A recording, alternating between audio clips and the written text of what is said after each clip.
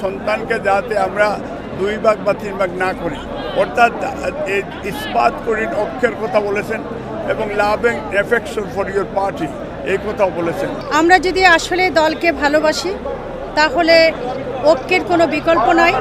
যারা প্রার্থী হবেন তাদের সাথে অন্য যারা হবেন না তাদেরকে সাথে থেকে দলকে ধানের শীষের প্রতীকে বিজয় করবার জন্য আমাদের একতাবদ্ধ হয়ে কাজ করবার জন্য আমাদের নির্দেশনা দিয়েছেন। উনি চেয়েছেন ঐক্যবদ্ধ সবাইকে নির্বাচন করতে হবে, সবাই মিলে একটা নতুন বাংলাদেশ গড়ার নির্মাণে ঐক্যবদ্ধ হয়ে নির্বাচন করতে হবে, এইটাই তার কথা। এবং সবাই আমরা বিশ্বাস করি ঐক্যবদ্ধ নির্বাচন হবে। অতীতের 91-এর মতো আমরা 2001-এর মতো ঐক্যবদ্ধ নির্বাচন করে আমরা জয়লাভ করব বলে আশা করি।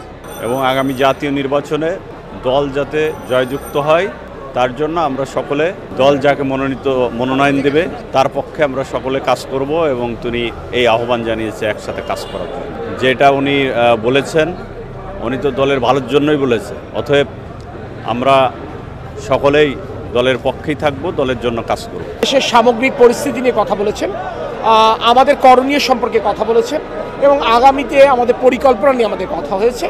এখানে শীর্ষ নেতৃবৃন্দের বক্তব্য আমরা অনুধাবন করবার চেষ্টা করছি এবং আমি মনে করি আজকের যে মিটিংটা হলো এটা অত্যন্ত ফলপ্রসূ হবে বলে আমি বিশ্বাস করছি।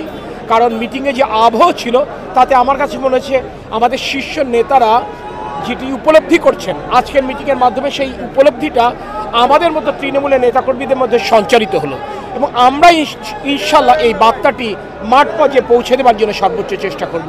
আমাদের শীর্ষ নেতা যে সিদ্ধান্ত গ্রহণ করবেন আপনি নিশ্চিত থাকতে পারেন, যার মধ্যে ন্যূনতম শহীদ রাষ্ট্রপতি জিয়াউর রহমানের আদর্শ আছেন, তিনি দলের সিদ্ধান্তের বাইরে একটি কথা বলবেন না। ইনশাল্লাহ সর্বতভাবে দলের প্রার্থীকে দেশের স্বার্থে জয়লাভ করার জন্য সর্বোচ্চ চেষ্টা করবেন। Green signal, yellow signal, red signal, আসলে দল যদি কোনো কিছু সিদ্ধান্ত নেয় এটা প্রকাশ্যই হবে, এটা লুকোছাপার কোনো মতো বিষয় না, এটা গণমাধ্যম জানতে পারবে না। বাংলাদেশের মানুষ মনে করে তাদের মুক্তির পথ ধানের শীষের বিজয়ের মাধ্যমে নিহিত রয়েছে।